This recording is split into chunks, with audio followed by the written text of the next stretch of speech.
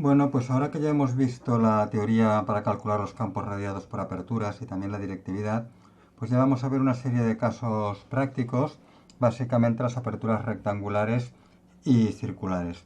Pero antes de ver las rectangulares, hacemos un pequeño comentario sobre lo que sería la apertura elemental, que es una apertura de dimensiones muy pequeñas comparadas con lambda. Empezamos con las expresiones de siempre. Estas expresiones son las que hemos deducido antes para un campo en la apertura en la dirección X, para un campo en la apertura en X, hemos deducido estas expresiones. Entonces, ¿qué pasa si el tamaño de la apertura es mucho más pequeño que la longitud de onda?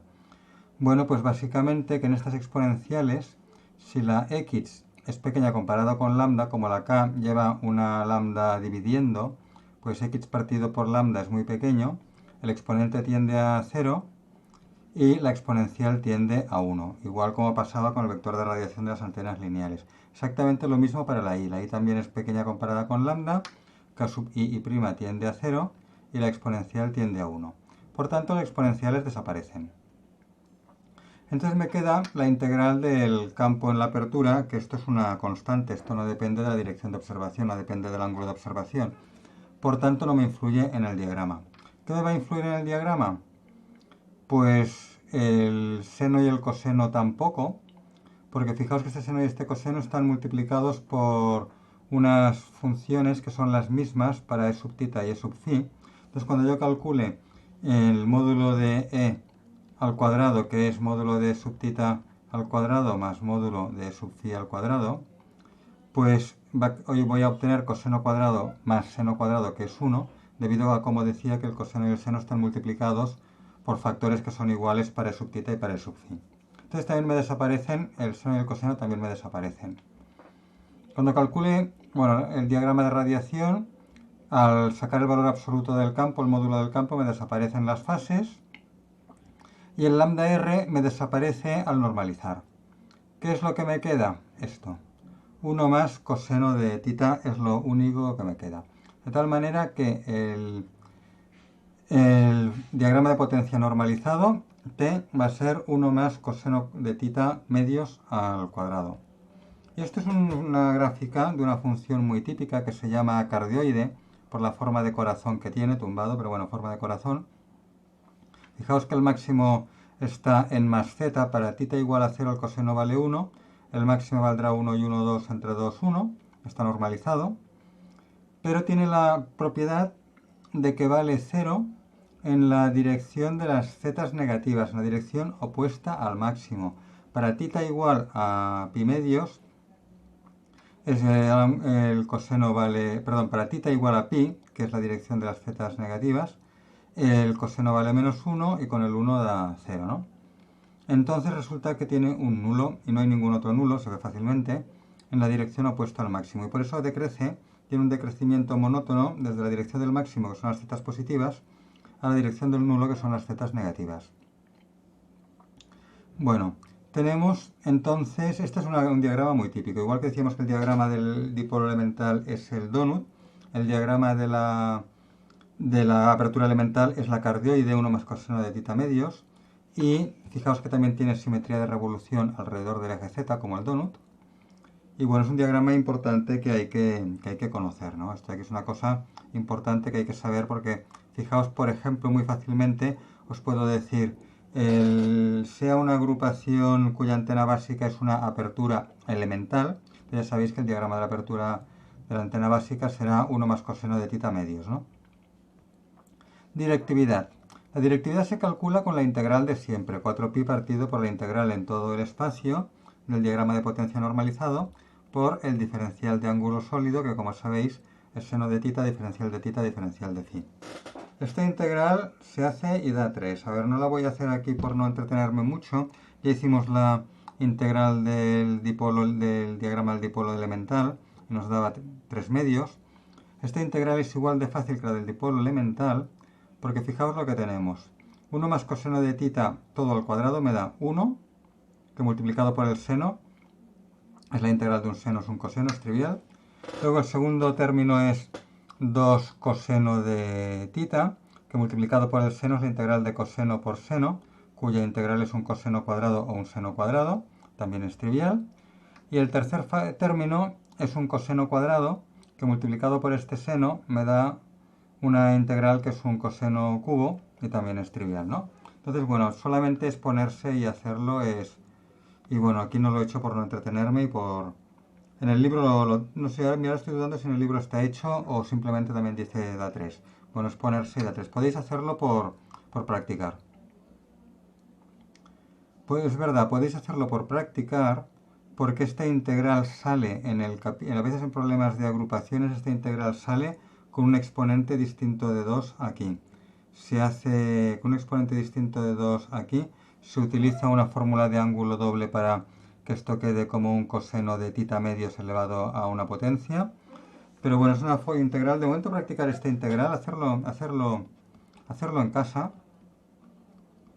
porque os servirá para practicar una integral un poco más complicada que saldrá luego cuando analicemos los alimentadores de las antenas de reflector parabólico.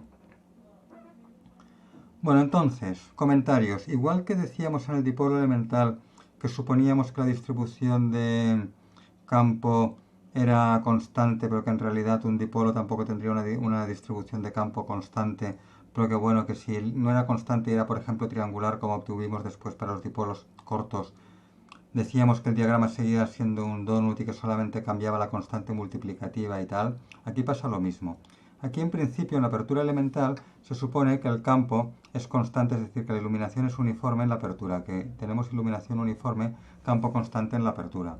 Pero esto es igual que el del dipolo elemental, es una suposición, que luego resulta que igual que en el dipolo elemental es imposible campo constante, a no ser que haya acumulación de carga en los extremos, porque la corriente tiene que variar en los extremos, y decíamos que entonces la corriente era triangular, pues aquí pasa lo mismo, ¿no? El campo uniforme, si el borde de la apertura es un conductor, como por ejemplo en una bocina, pues el campo uniforme no cumple la condición de contorno de campo tangencial cero en el borde de la apertura, ¿no? Entonces el campo en realidad no va a ser uniforme. Bueno, no va a ser uniforme, da igual. Pero al final lo importante, cambiará la constante multiplicativa, pero al final lo importante es que saldrá un diagrama aproximadamente de esta forma, un diagrama tipo cardioide que radia hacia adelante y no hacia atrás, y que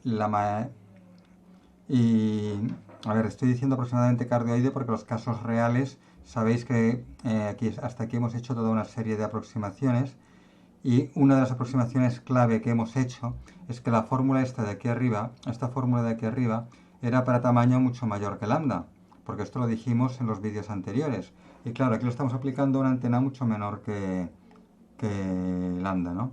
Es lo que estaba diciendo. Esto es lo que estaba diciendo al principio. Decía, si en la fórmula del campo radiado por una antena de una apertura mucho mayor que lambda tomamos un elemento mucho más pequeño que lambda, claro, estamos aplicando una fórmula de apertura grande a una apertura que en realidad es pequeña. Por eso digo, lo que obtendremos en una apertura elemental, o mejor dicho, lo que obtendremos en una apertura pequeña comparada con lambda, será un diagrama aproximadamente como este, aproximadamente porque hemos utilizado fórmulas que no son exactas para el caso en el que estamos.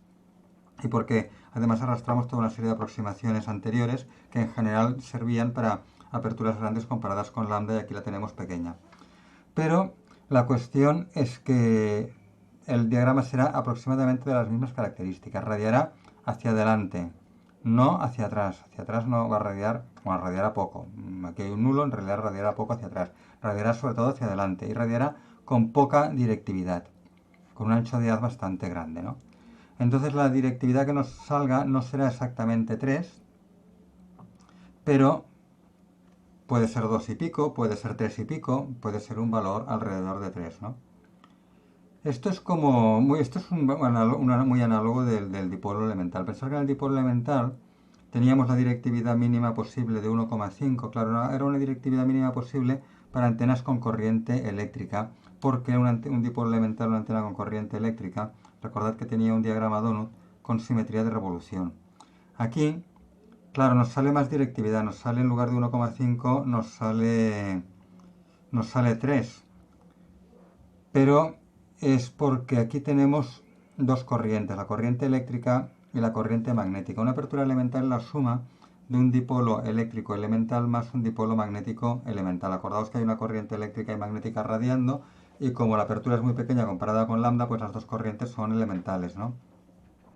Entonces la radiación de las dos hace que se suman en fase en las zetas positivas y se suman en contrafase en las zetas negativas. Esto de aquí es bastante fácil de ver si tengo en cuenta que un dipolo eléctrico radia un campo subtita, radia un campo subtita que va así en los dos lados.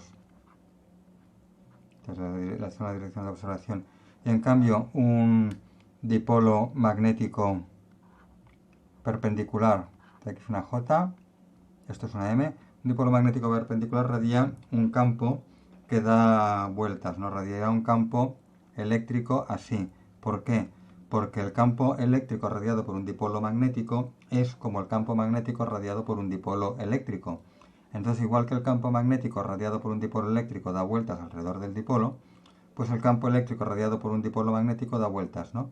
Entonces se va a sumar, fijaos, aquí se va a ir hacia abajo al dar vueltas y aquí va a ir hacia arriba. Entonces se suma en fase y multiplica por 2 en la dirección de las zetas positivas y en cambio la dirección de las zetas negativas me da un nulo, me da 0 porque se cancelan.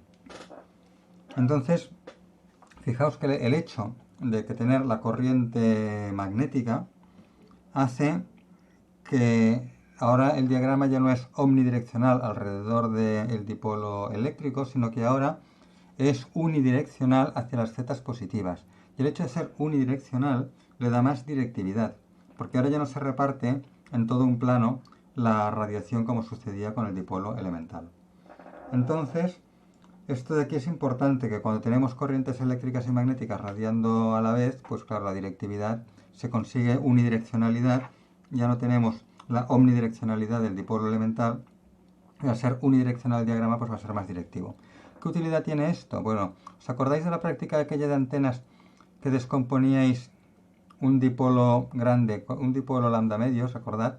Que lo descomponíais en una colección de dipolos elementales, ¿vale? Los descomponíais en una colección de dipolos elementales y calculabais el campo, vamos a cambiar de color que se vea un poco mejor, calculabais el campo radiado por todos los dipolos elementales y los sumabais. Y para ello cogíais el campo del dipolo elemental centrado en el origen y le aplicabais desplazamientos a las distintas posiciones en la que ocupa, ¿no? Otra forma de hacerlo simplemente sería como un array de dipolos elementales. De hecho, esto cayó un problema de agrupaciones de ingeniería física, aplicar la teoría de agrupaciones con factor de agrupación para comprobar, para obtener exactamente el diagrama del dipolo en lambda medios, ¿no? Pero bueno, no de la lambda medios, sino que era de una cierta longitud L, pero es lo mismo. Entonces, esto que habéis hecho con el dipolo en la práctica con MATLAB, ¿os acordáis?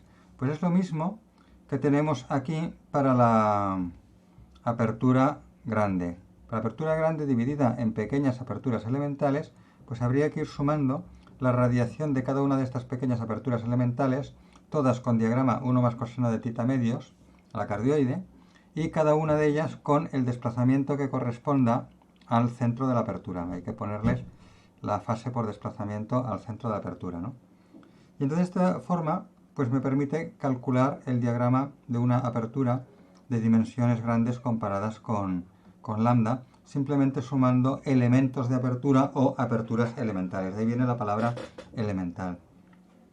Claro, alguien dirá, ¿por qué no lo hago integrando directamente? Bueno, pues si integras directamente harás una integral numérica. La integral numérica se implementa como una suma.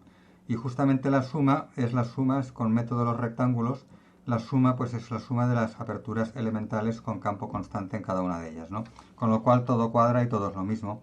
Pero bueno, que veáis un poco el concepto de apertura elemental y la utilidad que tiene. Desde el punto de vista práctico vuestro, lo principal es que una apertura pequeña comparada con lambda, aunque no tenga exactamente directividad 3 y un diagrama 1 más coseno de tita medios, sí que va a ser unidireccional hacia delante de la apertura, con una directividad en torno a 3, podamos decir más o menos entre 2 y 4 por decir algo, y con un ancho de haz bastante bastante grandote. Y esto es, a diferencia de lo que sucede con aperturas grandes comparadas con lambda, que van a tener un diagrama similar, pero muy directivo, con un ancho de haz muy estrecho, porque recordad que en las aperturas la directividad es proporcional al área efectiva, y el área efectiva es área geométrica por eficiencia de iluminación. Si una apertura, cuanto más área tenga, más directiva va a ser. Pues vamos ahora con una apertura rectangular, pero que ya no es de tamaño pequeño comparada con lambda. Esto de aquí tiene dimensiones que normalmente va a ser un rectángulo de dimensiones A y B, y van a ser dimensiones que normalmente serán mucho mayores que la longitud de onda, porque recordar que las fórmulas que tenemos, las fórmulas de las aproximaciones son válidas para dimensiones grandes comparadas con lambda, pero que grandes no hace falta que sea de miles de lambda, que aunque sea de un par de longitudes de onda, con dos longitudes de onda pues es suficiente, y con 3 o 4 longitudes de onda se construyen muchísimas bocinas que funcionan perfectamente según estas aproximaciones, ¿no? El campo en la apertura también lo vamos a tomar en la dirección X, igual como antes.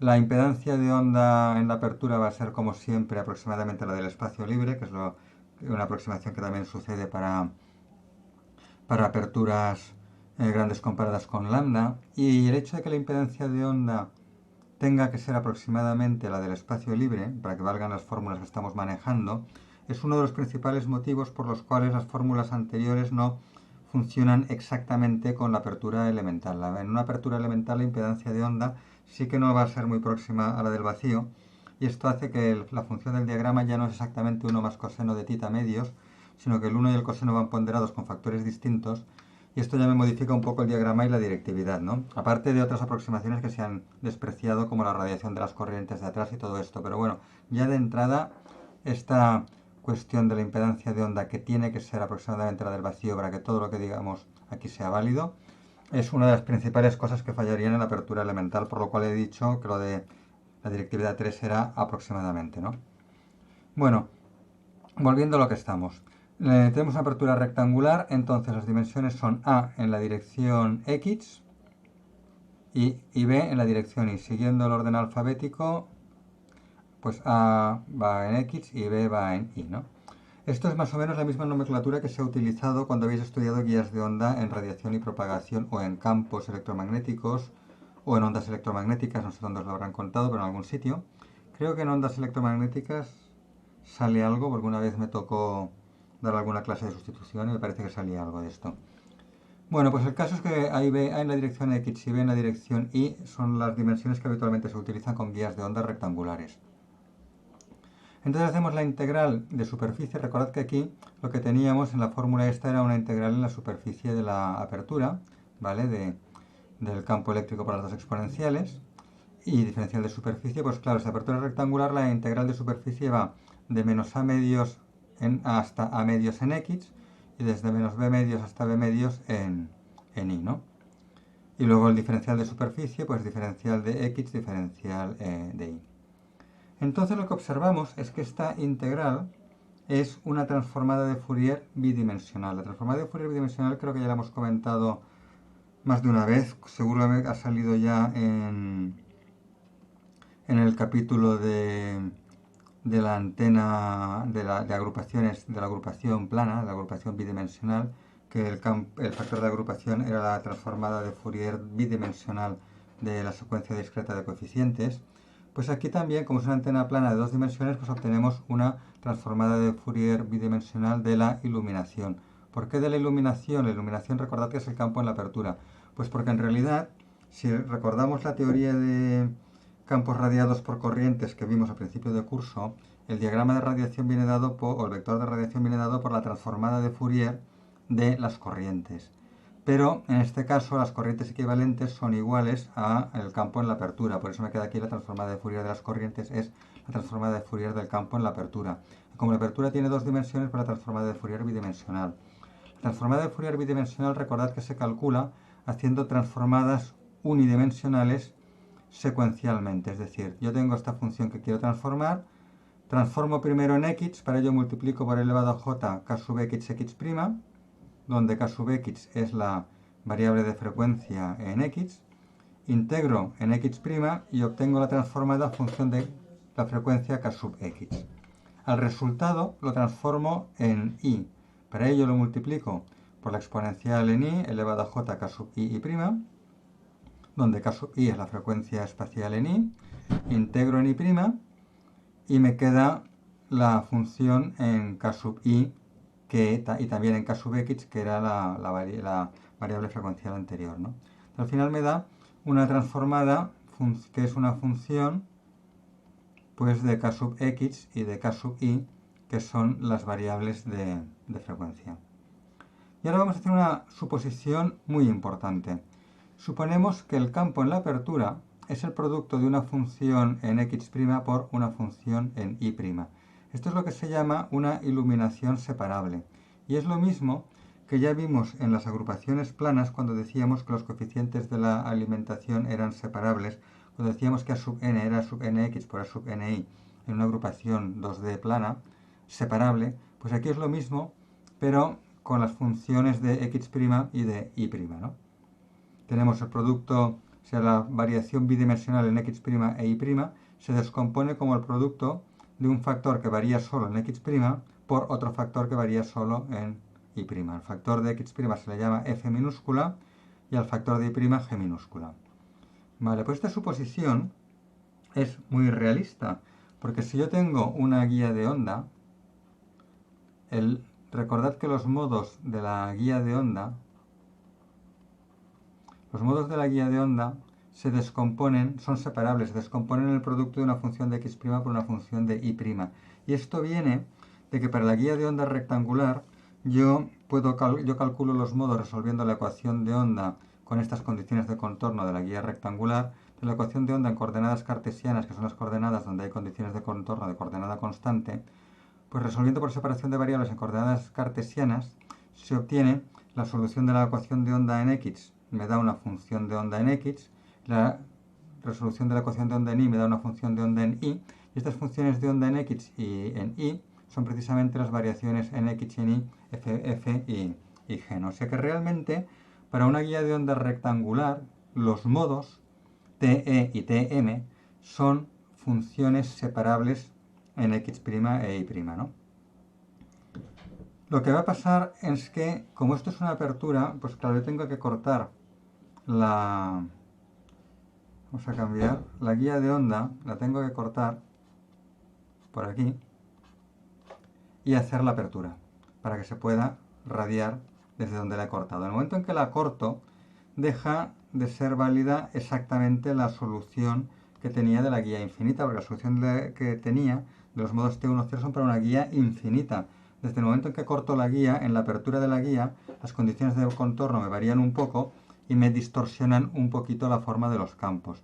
Pero realmente la distorsionan muy poco y si nos vamos, por ejemplo, a una transparencia anterior, que han salido esto ya, si vamos, por ejemplo, a la primera del capítulo de aperturas, aquí podéis ver el modo TE10 en la apertura este de aquí, en la apertura de la bocina. Entonces veis el modo T10 pues es cosenoidal en X y uniforme en Y. Pero claro, es aproximadamente cosenoidal. Fijaos que esto de aquí, pues bueno, es casi un coseno aproximadamente. Y en Y pues tiene un poco de oscilación, o sea, no es bien exactamente el T10, pero bueno, la distorsión que hay debido al hecho de cortar la apertura es mínima. Por otra parte, también aparece una componente de campo que no estaba en el modo T10. En el modo T10 el campo tenía dirección Y, pero en realidad va a aparecer, para que se cumpla la condición de contorno en las esquinas estas, es necesario que aparezca también una pequeña componente de campo en X, ¿no? Entonces, pues bueno, pues fijaos que es mucho más pequeño comparado con el campo en Y, que es el del modo T10.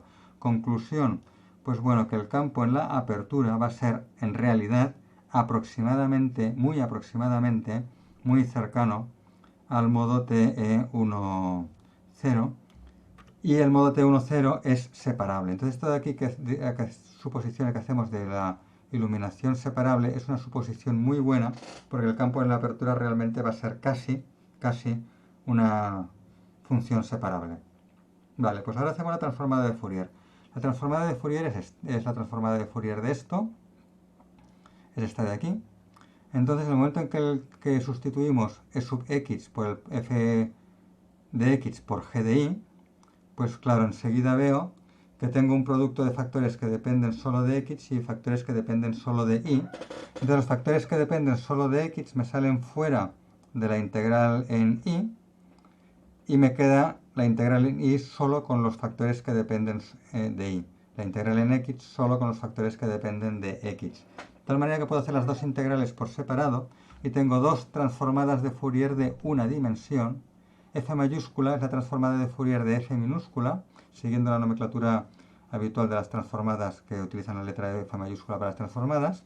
Función de k sub x, que es la variable frecuencial en x, y función de a, que es el tamaño de la apertura, porque a es un parámetro de la integral, no está en los límites. Análogamente, para la integral en y es una transformada de Fourier unidimensional en y la denoto con la letra G mayúscula para la transformada de Fourier de G minúscula, tal como se hace habitualmente. Es función de k sub i, donde k sub i es la frecuencia espacial en y de b, que es el tamaño de la apertura en y, que es el parámetro de la integral y está en el límite. Entonces, pues vemos que, igual como pasaba con la teoría de aperturas, de agrupaciones planas, donde para la agrupación plana separable me quedaba el producto de factores de la agrupación en x y en y. Los factores de la agrupación, recordad que son transformadas de Fourier de los coeficientes, o sea que me quedaba el producto de transformadas de Fourier en x y en y. Pues aquí lo mismo, producto de transformada de Fourier en x por transformada de Fourier en y. Fijaos que estoy todo el rato, llevo todo el curso relacionando cosas que salen con cosas que han salido ya, solamente para recalcar que en antenas todo es lo mismo. El concepto este de que el diagrama, o al menos el vector de radiación, porque luego para que sea el diagrama de campo hay que proyectar, ¿no? Pero en principio el diagrama, salvo la proyección, es la transformada de Fourier es que sale siempre y se aplica en una dimensión, en dos dimensiones. O sea, siempre va saliendo lo mismo. Entonces lo único que estamos haciendo es aplicando los mismos conceptos, primero a antenas lineales, que eran los dipolos, luego a agrupaciones que eran antenas lineales discretas, luego la agrupación 2D, que era una antena bidimensional pero discreta, y ahora la antena bidimensional pero continua, que es la apertura. Pero al final todo es lo mismo y todo está ligado. Entonces lo que yo aprenda sobre un tipo de antena se aplica a todos los demás tipos, ¿no? Entonces, por esto, el entender estas 4 ideas básicas de antenas, pues os permiten resolver luego configuraciones de antenas mucho más complicadas. Recordad que este curso de antenas, como os dije el primer día, solamente salen las cosas más básicas y más sencillas, los tipos de antenas muy sencillos, pero que permiten entender los conceptos básicos que son estos. Entonces, una vez entendido estos conceptos básicos, podéis luego coger un libro de antenas o un handbook de antenas y si en un trabajo os encontráis con una antena rara, pues con todos los conceptos básicos que sabéis y la ayuda de las fórmulas y explicaciones que salgan en el libro, pues podéis analizar o entender cualquier otro tipo de antena complicado que aparezca. Veamos ahora cuáles son los diagramas en plano E y plano H. Para encontrar el plano E y plano H, lo primero que vamos a hacer es determinar la dirección del máximo. La dirección del máximo, os he dicho ya varias veces en los vídeos anteriores, que iba a ser perpendicular a la apertura, y si la apertura está en el plano XY, pues habría un lóbulo hacia el eje Z y el máximo estaría en Z, ¿no? Pero esto que os he dicho antes y que nos hemos creído, pues ahora vamos a justificarlo porque está el máximo en Z. De hecho, ya se diseñan las aperturas para que el máximo tenga la radiación perpendicular a la apertura. Fijaos el producto de factores que tenemos. El primer factor, el factor 1 más coseno de θ medios, tiene obviamente el máximo en θ igual a 0. Lo hemos visto ya cuando dibujábamos la cardioide, que es el diagrama de la apertura elemental. Entonces, el máximo está en el eje Z, θ igual a 0. Entonces veamos, este factor tiene efectivamente el máximo en θ igual a 0 en el eje Z. Y veamos el segundo factor. El segundo factor es la integral. A ver, me estoy olvidando del seno y el coseno por lo que ya os he dicho antes. Porque este seno y este coseno están multiplicados por factores iguales, una vez sacado el módulo y desaparecidas las fases, están multiplicados por factores iguales que cuando yo calcule el módulo del campo al cuadrado como componente θ al cuadrado más componente φ al cuadrado, pues va a quedar coseno cuadrado más seno cuadrado que vale 1 y me desaparecen el coseno y el seno, ¿no? Y me queda independiente de phi fuera de la integral. Luego, dentro de la integral puede haber variación con phi en k sub x y k sub y. Entonces, lo único que queda por analizar es la integral. Repito, el 1 más coseno de θ medios tiene máximo en el eje z, coseno de phi, seno de phi no influyen y me queda la integral. Entonces, la integral, fijaos que es la transformada de Fourier de f minúscula por la transformada de Fourier de g minúscula. Producto de las dos transformadas. ¿Estas transformadas dónde tienen el máximo? Bueno, pues aquí vamos a hacer lo mismo que hacíamos en agrupaciones de antenas. Normalmente vamos a utilizar funciones f y g que sean reales y positivas. Habrá un caso que son las bocinas en el cual desgraciadamente tendremos una fase compleja, serán complejas con una pequeña fase que hará que no sean estrictamente reales y positivas, pero bueno, veremos que en principio no nos van a afectar demasiado y que el máximo continuará estando en z. Pero salvo esta pequeña salvedad de las bocinas, que repito, veremos que no influye, que no pasa nada y que el máximo seguirá estando en z, pero en los demás casos si se puede, se intenta que f y g sean reales y positivas. ¿Por qué? Porque si f y g son reales y positivas, en la dirección del máximo las exponenciales valen 1, porque en el máximo k sub x y k sub y valen 0. Fijaos que para θ igual a 0, k sub x y k sub y tienen un factor seno de θ que valdrá 0, entonces k sub x y k sub y valen 0 en el eje z, que es la dirección del máximo. Entonces, como valen 0, estas exponenciales valen 1. Entonces, si estas exponenciales valen 1, yo en el máximo tendré la suma de la iluminación, que si es separable, pues será, bueno, la suma o la integral en la apertura de f por g, ¿no? Y si f y g son reales y positivas, obtendré el máximo valor posible de esta integral y por tanto obtendré el máximo valor posible del campo radiado, ¿no? Será lo mismo que pasaba con las agrupaciones. El hecho de tomar los coeficientes reales y positivos no solamente me garantiza que el máximo está en el origen, sino que además el máximo es lo más alto que puedo comparado con el hecho de que estos coeficientes tuvieran una fase distinta de 0. Si estos coeficientes tuvieran alguno un signo negativo o una fase, pues la suma me daría menos que si son todos positivos, ¿no? Pues con las funciones f y g lo mismo. Conclusión, f y g las tomaremos como funciones positivas y si no lo son, casi lo serán. Y el máximo estará en k sub x igual a 0, k sub y igual a 0, que corresponde a θ igual a 0. Y además el otro factor 1 más coseno de θ medios también tiene el máximo en θ igual a 0. Conclusión, máximo en el eje z. Vale, máximo en z.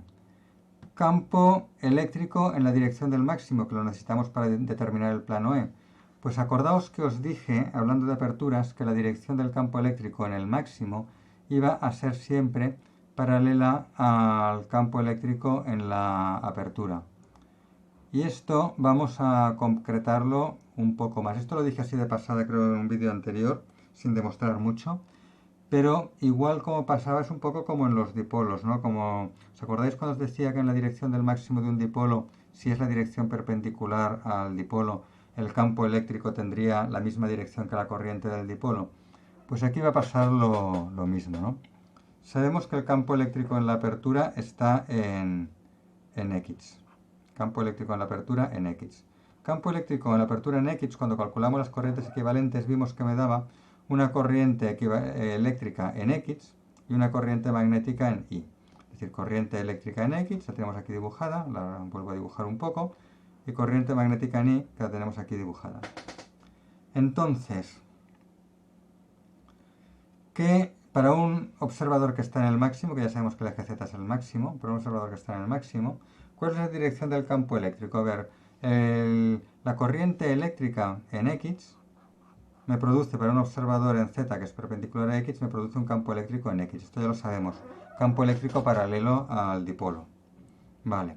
Para esto, para el dipolo eléctrico, pues campo eléctrico en X. Para el dipolo magnético está en Y, que sería de la dirección vertical del dibujo. Entonces sabéis que produce un dipolo magnético, produce un campo eléctrico que da vueltas alrededor, por aquello que os decía antes, de que el campo eléctrico de un dipolo magnético es como el campo magnético de un dipolo eléctrico, tabla de dualidad. Entonces, si da vueltas alrededor del dipolo magnético, para un observador en Z, ve el campo eléctrico en X, también ve E sub X. Es decir, que las dos corrientes, la corriente equivalente eléctrica y la corriente equivalente magnética para un observador en Z, radian las dos campo en X. ¿Por qué en X? Porque es la dirección del campo eléctrico. Acordaos que hemos empezado con un campo eléctrico en X, ¿no? Entonces de aquí viene, borro todo y lo vuelvo a enmarcar para que... Mira, vamos a marcarlo con fosforito, a ver si no me se queda bien. Fijaos, la dirección del campo eléctrico en el máximo es siempre paralela al campo eléctrico en la apertura. Esto os lo podéis tomar como una cosa que se cumple siempre para los casos normales, de aperturas que radian el máximo, para los casos normales, que radian el máximo en la dirección perpendicular a la apertura y con corrientes positivas y tal, pues la dirección del campo eléctrico en el máximo va a ser paralela a la dirección del campo en la apertura. Aquí también suponiendo que solamente hay una polarización en la apertura, porque luego veremos que, por ejemplo, la apertura circular tiene dos polarizaciones en la apertura.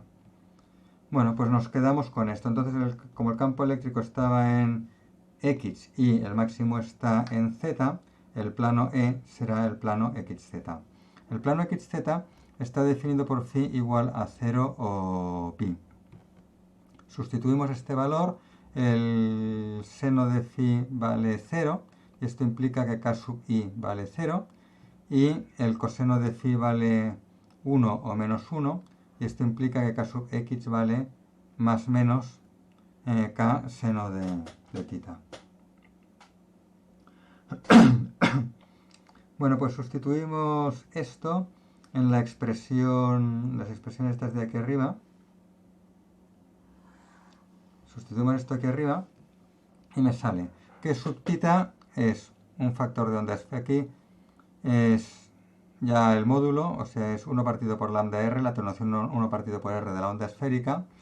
El diagrama de la apertura elemental, 1 más coseno de tita medios, por la transformada de Fourier del campo en la apertura en la dirección x. La transformada de Fourier de f, ¿no? La transformada de Fourier g me da constante porque he tomado el valor de la transformada de Fourier a frecuencia k sub i igual a 0. K sub i es la variable de g y aquí estamos particularizando para k sub i igual a 0. Entonces esto me da una constante. Plano H. Bueno, si el campo eléctrico estaba en X para un observador en Z, pues el campo magnético tiene que ser perpendicular al campo eléctrico, o sea, perpendicular a X y perpendicular a la dirección de observación que es Z. El campo magnético tiene que estar en Y y el diagrama plano H va a ser el diagrama en el plano IZ. El plano H es Y y Z, ¿no? Acordaos lo que os decía, el plano H será siempre perpendicular al plano E, teniendo en común la dirección Z, que es la dirección del máximo, por tanto, si el plano E era XZ, el plano H será YZ. Bueno, entonces, dirección del ángulo del plano H, pues phi igual a más menos pi medios. Sustituyendo las expresiones de k sub x y de k sub i, como el coseno de pi medios vale 0, me da k sub x igual a 0, y como el coseno de phi valdrá 1 o menos 1, pues me da k sub i igual a más menos el k seno de tita. Entonces ahora, pues si para phi igual a 0 este coseno valía 1 y teníamos E sub tita, pues ahora para phi igual a pi medios el coseno que vale 1, el seno vale 1 y tenemos E sub phi. Entonces si en plano E teníamos E sub tita, y mientras que E sub phi valía 0, ahora en plano H la que tenemos es E sub phi y E sub tita vale 0. Porque en plano H, para phi igual a pi medios, tengo coseno de phi 0, entonces E sub tita vale 0. Entonces obtengo otra vez lo mismo. Factor de onda esférica, el módulo, 1 partido por r. Diagrama de la apertura elemental, 1 más coseno de tita medios. Transformada de Fourier de g minúscula, que es la variación en i, por un factor constante que es la transformada de Fourier en X particularizada en caso X igual a 0, ¿no? Entonces lo que hay en común, lo que sale siempre, es que tengo el factor apertura elemental multiplicado por factor transformado de Fourier. ¿Os acordáis del diagrama del dipolo? ¿Os acordáis del diagrama del dipolo? Si rescatamos aquí el diagrama del dipolo,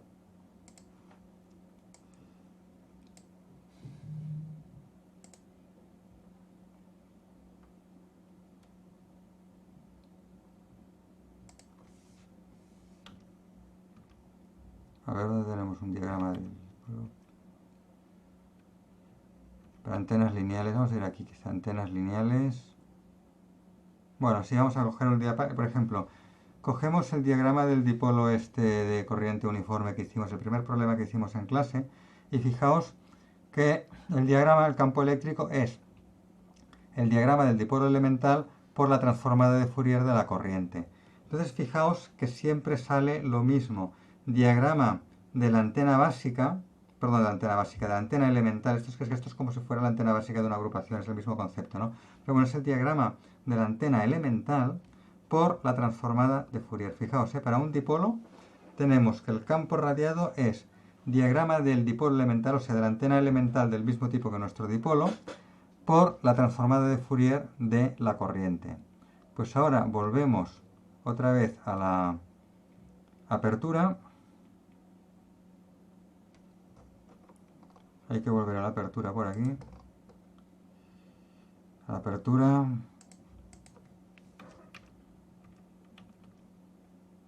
Estamos aquí. Estábamos aquí. Entonces hemos dicho diagrama de la apertura elemental por transformada de Fourier, es decir, otra vez lo mismo, diagrama de la antena elemental del mismo tipo, en este caso como es una apertura, pues apertura elemental, por transformada de Fourier. La cuestión está, ¿qué transformada de Fourier se toma? Pues fijaos que para plano E hemos tomado la transformada de Fourier de F y para plano H transformada de Fourier de G. ¿Por qué? Pues porque la transformada de Fourier de F es la transformada de Fourier en la dirección X y X es la dirección del plano E, porque X es la dirección del campo eléctrico, ¿vale?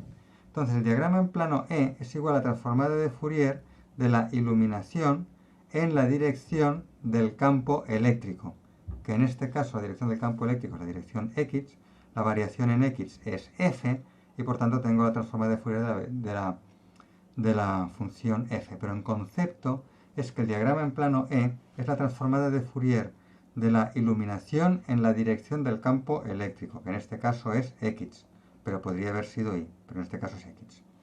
Análogamente plano H. Pues en plano H el diagrama es la transformada de Fourier del campo en la apertura o iluminación en la dirección de H. En la dirección, ya que estamos en el plano H, pues la dirección de H. La dirección de H es Y, porque fijaos que si el campo eléctrico está en X, el campo magnético está en... el campo magnético sí, el campo magnético está en Y. Desde el campo magnético está en Y, pues hay que hacer la transformada de Fourier de la variación en Y. La variación en Y es G, pues entonces hay que hacer la transformada de Fourier en G, ¿no?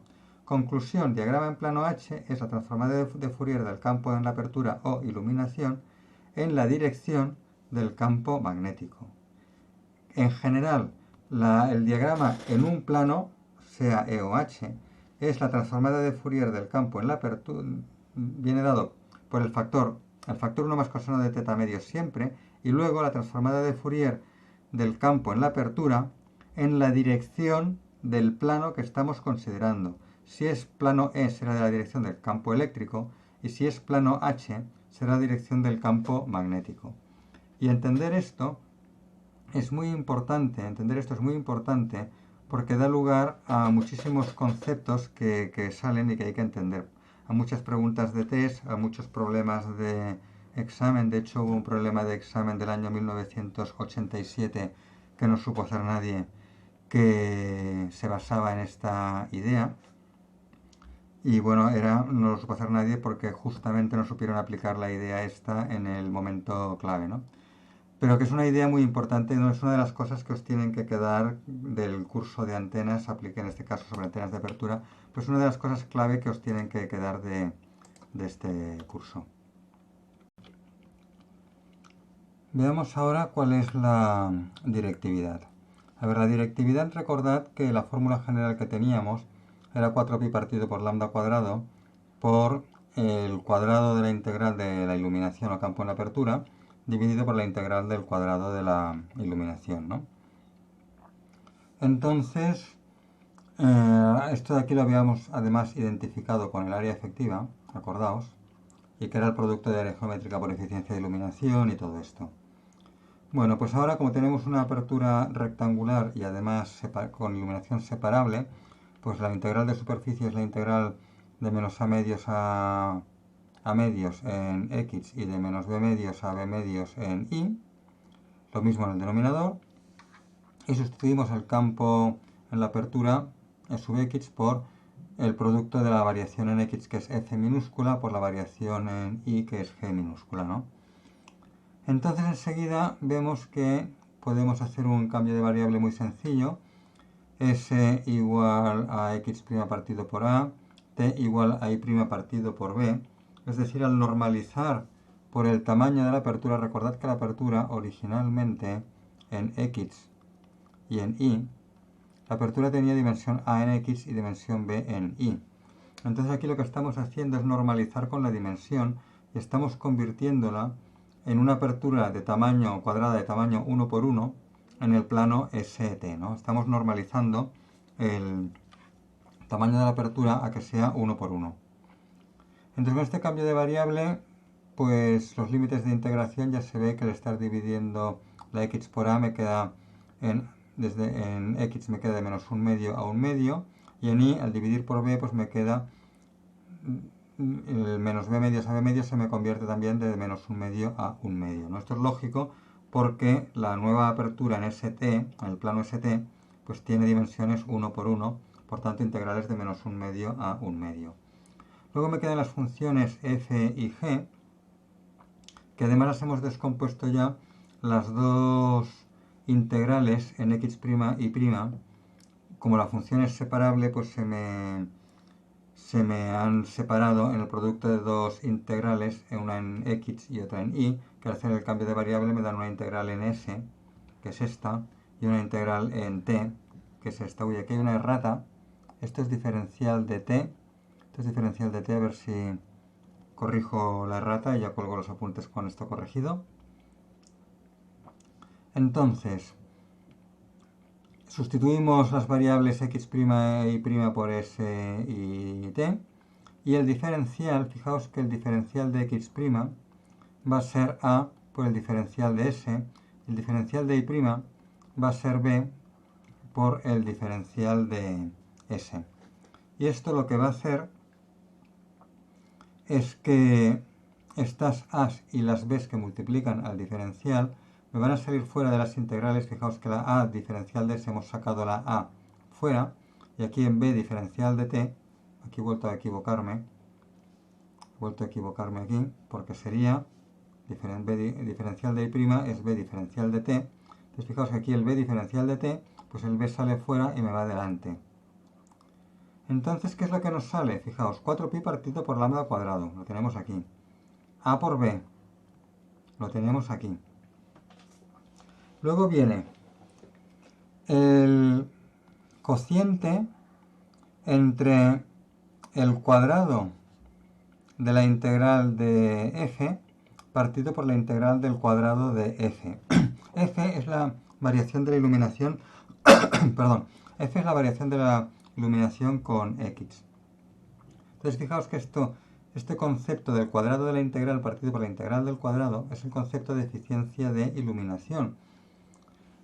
Y como el tamaño de la apertura es 1, cuando definíamos la eficiencia de iluminación, mira, vamos a rescatar la definición de la eficiencia de iluminación que hicimos. Retrocedemos unas diapositivas, unas transparencias, y aquí veis, fijaos aquí, la definición de la eficiencia de iluminación es 1 partido por la superficie, y como ahora estamos, habiendo hecho el cambio de variable con una apertura cuadrada 1 por 1, la superficie vale 1, y luego viene el cuadrado de la integral del campo dividido por la integral del cuadrado del campo, ¿no? Pues entonces vamos a tener lo mismo. Vamos a tener aquí el mismo concepto. Este cuadrado de la integral del campo partido por la integral del cuadrado del campo es la eficiencia de iluminación. Repito, no se pone 1 partido por el área porque el área vale 1 al ser una apertura 1 por 1. Entonces me queda, esto es lo que se llama la eficiencia de iluminación en X, porque hemos tomado solo la variación del campo en X, que es F. O sea, en la fórmula general que tenía E sub X, en lugar de E sub X hacemos la integral en F y solamente en una dimensión que es X. Luego repetimos lo mismo con G minúscula, que es la variación en I. Entonces la variación en I también es la integral en una dimensión y llamamos eficiencia de iluminación en I. Fijaos en el concepto de eficiencia de iluminación, pero hemos descompuesto en el producto de dos factores. Uno que tiene solo las integrales en la dirección X de la variación en X. Esto lo llamamos eficiencia de iluminación X. Y luego el otro factor es las integrales con la variación en I, G minúscula, y integrando en I, que esto de aquí hemos dicho que me había olvidado. Esto de aquí es T, ¿no? Esto es una rata que tengo que cambiar. Entonces haciendo esto obtengo 4pi partido por lambda cuadrado, que es lo que sale siempre. Esto ya venía de origen. A por B, que viene del cambio de variable. A por B viene del cambio de variable. Y eficiencia de iluminación en X por eficiencia de iluminación en Y, que es la eficiencia de iluminación total. Y esto corresponde con el concepto de área efectiva, porque fijaos que 4pi partido por lambda cuadrado área efectiva implica que el área efectiva es A por B por eficiencia de iluminación. Y A por B es la superficie de la apertura o área física. Entonces todo cuadra, ¿no? Nos sale lo de siempre, 4pi partido por lambda cuadrado por el área efectiva. El área efectiva es área geométrica de la apertura, que es A por B, multiplicado por la eficiencia. Y la eficiencia total será el producto de la eficiencia de iluminación en X por la eficiencia de iluminación en Y, donde las eficiencias de iluminación en X y en Y son el cociente del cuadrado de la integral partido por la integral del cuadrado, hecha con la variación en X e integrando en la dirección X. O S, que es el cambio de variable que viene de X normalizando a tamaño 1. Y luego para G, para la eficiencia de iluminación en Y, lo mismo, con la función, integrando la función G, que es la variación de la iluminación en Y, y integrando en la dirección Y, que después del cambio de variable se convierte en T. Bueno, pues este es un concepto importante, el poder descomponer la iluminación en la variación de lo que hay en el producto de lo que hay en X por lo que hay en Y. Y pensar que esto está ligado a lo que hemos dicho antes del diagrama de radiación en plano E y plano H, porque fijaos que para plano E y plano H también en plano E tenemos solo la transformada de Fourier en X, aparte del factor de apertura elemental que sale siempre, y en plano H tenemos solo el factor de la transformada de Fourier en Y, es decir, que al final estamos teniendo en cuenta por separado la influencia de la iluminación en X, que me afecta al plano E, y la iluminación en Y, que me afecta al plano H, también de cara a calcular la directividad y la eficiencia me afecta por separado en forma de dos factores, eficiencia de iluminación en X por eficiencia de iluminación en Y, y luego tengo la eficiencia total de la apertura, que es de iluminación de la apertura, que es el producto de los dos factores, ¿no? Y es muy importante aquí el concepto este de que en aperturas rectangulares separables,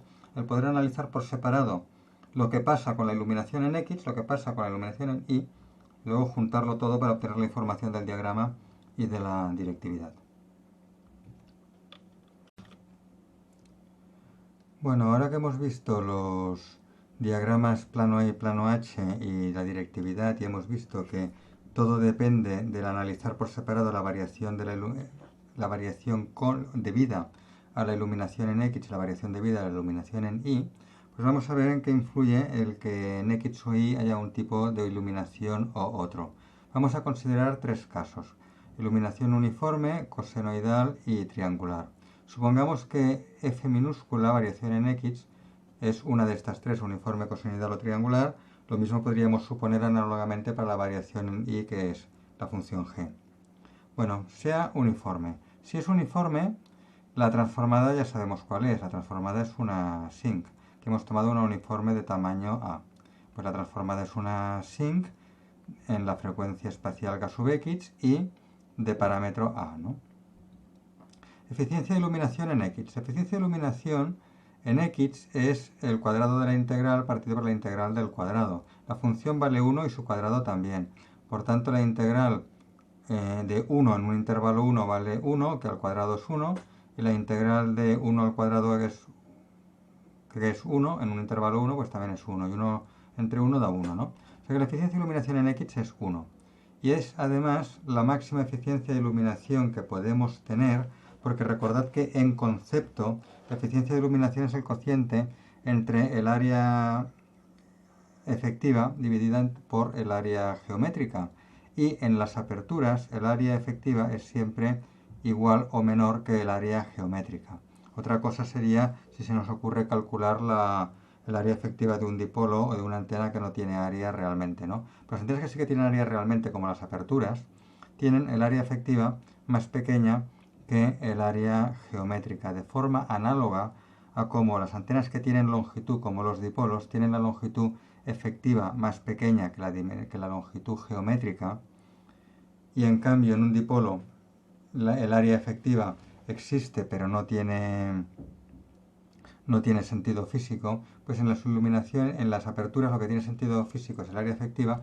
El área efectiva será siempre menor o igual que el área geométrica, y la eficiencia de iluminación, que es la relación entre las dos, será siempre menor o igual que 1. Entonces 1 es el valor máximo que podemos tener, y acordaos que más eficiencia de iluminación implica más directividad, porque son proporcionales, y cuanto más plana, la uniforme es la más plana de todas, más directividad. O sea que ya me cuadra que la distribución uniforme o iluminación uniforme, que es la más plana de todas, es la que tiene más directividad y por tanto la que tiene la máxima eficiencia de iluminación posible, que es 1, ¿no? Luego, a partir de la transformada de la uniforme, que es la sinc, pues calculo la ancho de haz a menos 3 dB y el nivel del óvulo principal a secundario, y me dan lo mismo que había obtenido para el ancho de haz y nivel del óvulo principal a secundario de una distribución de corriente uniforme en un dipolo, porque aquí estamos haciendo la transformada de Fourier en una dimensión. La transformada de Fourier de un pulso en una dimensión es lo mismo, de un pulso uniforme en una dimensión, es lo mismo si la aplico para un dipolo como si la aplico aquí para la variación en X de una apertura, ¿no? Supongamos que es cosenoidal. Si es cosenoidal, pues la fórmula es un coseno, concretamente un coseno de pi por s, donde s es aquí x partido por a, o sea que en función de x sería un coseno de pi x partido por a, x', porque es coordenada de fuentes. Entonces, cuando x vale a medios o s un medio, que es lo mismo, me queda un coseno de pi medios que vale 0, y tengo un 0 en el extremo, ¿no? Entonces tengo un coseno que varía, es un lóbulo entero de coseno, es medio periodo del coseno, que desciende desde 1 en el centro a 0 en los extremos de la apertura. Pues calculo la eficiencia de iluminación sub x. Es el cuadrado de la integral partido por la integral del cuadrado. O sea que tengo que integrar un coseno, que es trivial. Luego tengo que integrar un coseno cuadrado, que da un medio por la amplitud del integral de integración, que es 1, se da un medio. Entonces, bueno, se hace la integral y acaba saliendo 0,81. Este es un valor que, aunque podéis vosotros hacer las integrales y obtenerlo fácilmente, es un valor que vale mucho la pena recordar y que vamos aquí a enmarcar con un poco más de énfasis, porque es un valor que vale la pena recordar. Igual que la eficiencia de iluminación 1 de la uniforme también hay que saberla, pero esta se autorrecuerda porque La uniforme es la que tiene máxima eficiencia de iluminación, el máximo es 1. La cosenoidal, recordar que tiene 0,75, porque es un valor que sale mucho, que se aplica muchísimo en preguntas de test y en problemas, y que si nos acordamos de que vale 0,81, pues nos ahorramos el tener que calcular las dos integrales, que encima nos podemos equivocar con un poco de mala suerte, ¿no? Bueno, pues cogemos la transformada de Fourier de la cosenoidal, que no la he puesto aquí, pero la tenéis puesta en los apuntes de en la parte de dipolos cuando hacíamos la transformada de Fourier, las transformadas de Fourier en una dimensión. Pues para el pulso cosenoidal ya pusimos la transformada de Fourier, tenéis la expresión allí al principio de curso. Y el ancho de haz pues me da esto, 68 grados lambda partido por ahí, el nivel del lóbulo principal a secundario me da 23 dB. Son valores que ya salieron también cuando hablábamos de antenas de distribuciones de corriente lineales o dipolos y veíamos el vector de radiación, que es la transformada de Fourier de la distribución de corrientes. Estos valores pues han salido ya. Si cogemos la triangular pues varía linealmente entre 0 en el extremo y 1 en el centro, la típica forma de pirámide que tiene el triángulo. Como la triangular es la convolución de dos uniformes, pues la transformada de Fourier es una sin al cuadrado, esto ya lo sabemos.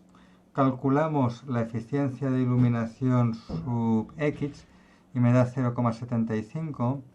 Esto de aquí también se puede recordar, y si no, con que nos acordemos que es un poco más bajo del 0,81, y es un poco más bajo del 0,81 porque es menos plana. Esto iba a decirlo después, pero fijaos cómo se cumple lo de siempre, que cuanto más planas son, cuanto más planas, más directividad y por tanto más eficiencia de iluminación. La uniforme es la más plana de todas, tiene eficiencia 1, la cosenoidal es la siguiente menos plana, eficiencia 0,81, la triangular la siguiente menos plana, eficiencia 0,75. Entonces, si yo me acuerdo que tiene un poco menos de 0,81, pues bueno, si en un test hay que poner algo y tal, pues ya puedo ver el 0,75. Y si no, pues tengo que calcular las integrales, ¿no? Las integrales son polinomios y es fácil de calcular. El ancho de haz menos 3 dB me da más que la cosenoidal, porque como la cosenoidal es más plana, tiene menos ancho de haz menos 3 dB, y por tanto la triangular es menos plana y tiene más ancho de haz a menos 3 dB. También se puede deducir a partir de la directividad. Si la triangular tiene menos eficiencia de iluminación, tiene más directividad, el ancho de haz va inversamente y por tanto tiene menos ancho de haz. El nivel del lóbulo principal a secundario, que me sale 26 dB, sabéis que es el cuadrado de una uniforme en escala lineal o el doble en dB, por eso paso de 13,2 dB a 26,4 dB. Esto sí que es fácil de recordar a partir del 13. Pero bueno, se cumple también la norma de siempre. Cuanto más uniforme, menos nivel del lóbulo principal a secundario. Luego, a medida que va siendo cada vez menos uniforme o más puntiaguda, pues va teniendo más nivel del lóbulo principal a secundario. Si queremos ver un ejemplo de todo esto, lo podemos ver con una apertura que esté iluminada con el modo TE10. Suponemos que A y B son grandes comparadas con la longitud de onda para que me funcionen correctamente las fórmulas de aperturas. Aquí, para utilizar la formulación habitual del modo TE10, el modo TE10 se suele formular con el campo eléctrico en la dirección I. Y se suelen poner los ejes que de tal manera que si el campo eléctrico está en I, en el modo T10 el campo eléctrico es paralelo a la cara corta de la guía, entonces B, que es paralela al campo eléctrico, es la cara corta y es más pequeña que A es paralela al campo magnético, que es la cara larga de la guía, ¿no? Y entonces esto significa que las fórmulas que teníamos para el campo eléctrico, que las habíamos obtenido para un campo eléctrico en la apertura con polarización X, pues no me funcionan directamente, sino que se tendrían que volver a repetir y salen con una pequeña modificación que es simplemente un giro de 90 grados, sale simplemente rotado 90 grados todo, y habría unas fórmulas análogas para el campo eléctrico radiado por una apertura iluminada con polarización en I. Este es el campo eléctrico en la apertura. Pero bueno, la cuestión es que la variación en X f minúscula es un coseno. Y la variación en i es la unidad porque en i es constante y por tanto es uniforme en i, ¿no? Entonces aplicamos la tabla con estas variaciones. La f minúscula en la dirección x es un coseno y la g minúscula en la dirección y es uniforme. Entonces, eficiencia de iluminación. Eficiencia de iluminación en x es el producto de eficiencia de iluminación en x por eficiencia de iluminación en y. Eficiencia de iluminación en x. En x es cosenoidal. Para la cosenoidal tengo 0,81. Pues pongo 0,81. Eficiencia de iluminación en y. En y es uniforme. Para la uniforme tengo 1, pues pongo 1. Producto 0,81 por 1 me da 0,81. O sea, eficiencia de iluminación total 0,81. Muy importante, esto hay que saberlo, pero a ver, como se deduce directamente de una cosa que he dicho antes que había que saber que era el 0,81 de la cosenoidal, esto ya es trivial deducirlo de lo anterior, pero bueno, esto es importante saberlo, que el modo TE10 directamente, luego veremos que en las cocinas hay que hacer una modificación, pero el modo TE10 directamente tiene una eficiencia de iluminación de 0,81 y esto es muy importante. Entonces, diagramas en plano E y plano H. ¿Cuál es la dirección del máximo? Bueno, como en todas las aperturas de este tipo, la dirección del máximo es Z, esto ya lo hemos dicho antes. El campo eléctrico en el máximo tendrá la misma dirección que el campo eléctrico en la apertura. Esto lo hemos dicho antes. El campo eléctrico en la apertura tiene dirección I. Lo hemos definido de esta manera. El campo eléctrico en la apertura en dirección I. Por tanto, el campo eléctrico en el máximo tiene dirección I y el plano E será el plano IZ. El diagrama en plano E vendrá dada por la transformada de Fourier de la iluminación en plano E. Y en plano E es la variación con la coordenada I, porque la coordenada I es la dirección del campo I, es la dirección del campo eléctrico. Entonces la variación en la coordenada I es G. Y hemos dicho que era uniforme. Entonces en plano E será la transformada de Fourier de un pulso uniforme, porque repito, la iluminación es uniforme en la dirección del campo eléctrico que es I, ¿no? La transformada de Fourier de la uniforme. Pues cojo la transformada de Fourier de la uniforme. Ancho de haz a menos 3 dB. Pues 50 grados, ancho de haz a menos 3 dB, 50 grados lambda partido por B. Cuidado con esto, porque acabo de decir lambda partido por B. Lo veis aquí. 50 grados lambda partido por B. Me diréis, pero si en la tabla pone 50 grados lambda partido por A. Es que lo importante es que es 50 grados lambda partido por el tamaño de la apertura. Entonces, cuando hemos definido la tabla, en la tabla que hemos definido, el tamaño de la apertura era A. Pero ahora hemos dicho que en la dimensión I, el tamaño de la apertura es B. Por tanto, 50 grados lambda partido por B, porque B es el tamaño de la apertura en la dirección en la cual estamos transformando.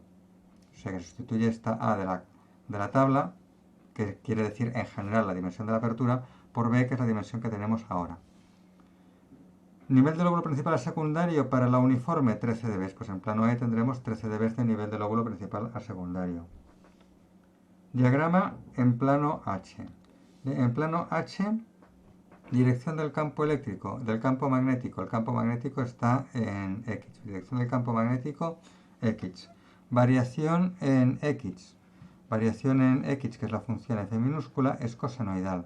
Entonces, si es cosenoidal, tendré la transformada de Fourier de la cosenoidal. La transformada de Fourier de la cosenoidal, que está aquí, pues miro la tabla y tiene 68 grados lambda partido por A. Ahora sí que es A, porque en plano H, en la dimensión X, el tamaño de la apertura es A. Entonces, aquí tendré 68 grados lambda partido por A. Aquí la A coincide porque es el tamaño de la apertura en los dos casos. Nivel del lóbulo principal al secundario, pues en plano H, el nivel del lóbulo principal al secundario será 23 dB según la tabla, pues 23 dB tendré para el modo TE10. Entonces aquí veis, en este caso particular, en este ejemplo, pero es un ejemplo importante, es un ejemplo pero ya forma parte de la teoría, pero es un caso importante, gracias a la utilización de la tabla, poniendo en plano E lo que corresponde a la variación, a la iluminación uniforme, y poniendo en plano H lo que corresponde a la iluminación cosenoidal, pues obtengo la directividad y obtengo también los parámetros del diagrama en plano E y en plano H. Bueno, para finalizar este vídeo, que está siendo un poco largo porque me he enrollado bastante, pero creo que eran cosas interesantes que he ido recalcando, que tenían un poco de aplicación para todo el curso de antenas, o sea que hemos repasado un poco todo. Nos queda la apertura circular, hemos visto la apertura elemental, que es la pequeña comparada con lambda, la apertura rectangular, con forma rectangular, ya pues aquí la apertura circular simplemente pues tendrá forma circular. Lo que os lo voy a contar brevemente para ya no enrollarme más.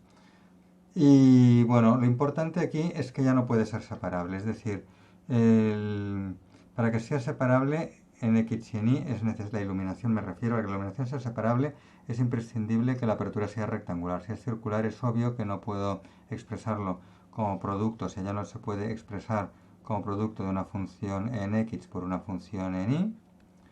Y entonces a partir de aquí, pues la integral de la transformada de Fourier es una integral de dos dimensiones que hay que hacerla sí o sí.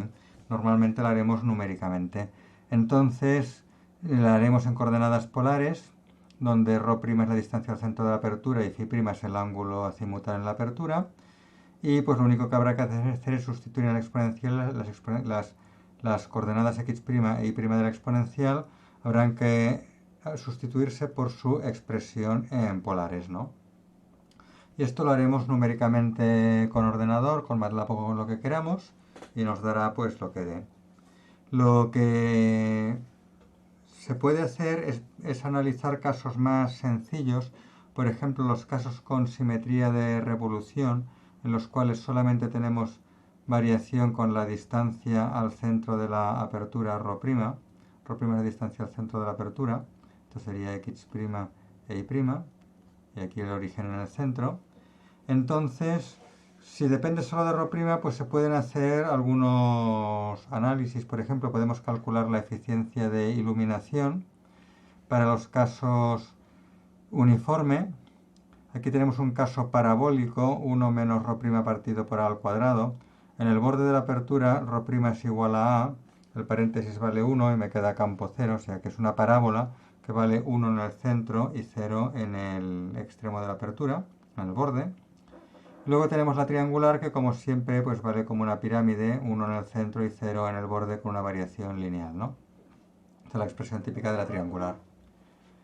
Pues se pueden, en el caso este de simetría de revolución, se pueden hacer algunos casos analíticos. Por ejemplo, la eficiencia de iluminación se puede calcular porque las integrales analíticamente son fáciles de hacer y da 1 para la uniforme. Esto es lógico porque ya sabemos que si la apertura es uniforme, la integral de 1 vale 1 suponiendo que tengamos área 1 y la integral de 1 al cuadrado también vale 1 y la eficiencia de iluminación acaba saliendo 1.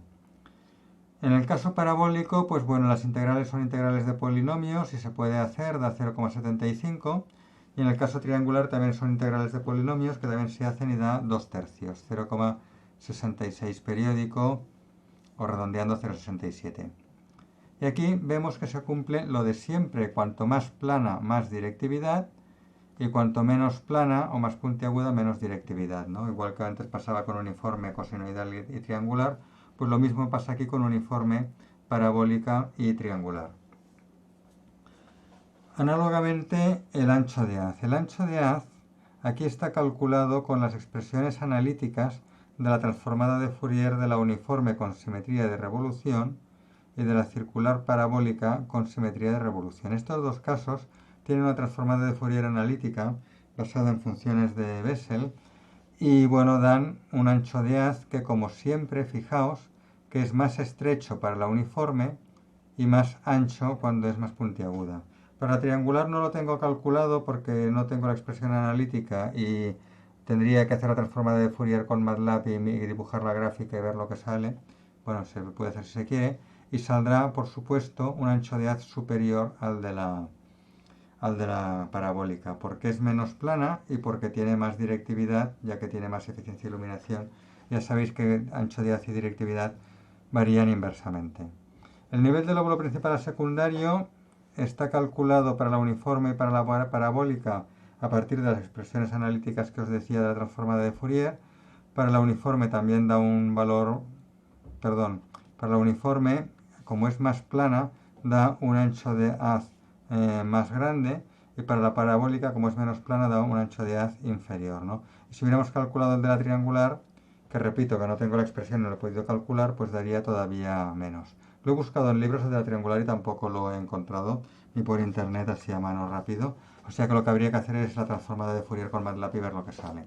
Bueno, si alguien lo hace y me lo dice, pues lo pongo en la tabla. Y se cumple pues esto, lo de siempre, lo que hemos estado diciendo ya con la apertura rectangular, que hemos dicho con las agrupaciones que dijimos al principio de curso, con la distribución de corriente lineal, que es que cuanto más uniforme o más plana, que es lo mismo, sea la distribución de corrientes, distribución de campos o iluminación, que es lo mismo, pues entonces tengo más directividad, y más directividad implica más eficiencia de iluminación porque son proporcionales, y menos ancho de haz porque varían inversamente. A su vez, más uniforme o plana implica menos nivel de lóbulo principal secundario. Esto sucede siempre, ¿no? Y otra cosa interesante que vemos que sucede siempre es que fijaos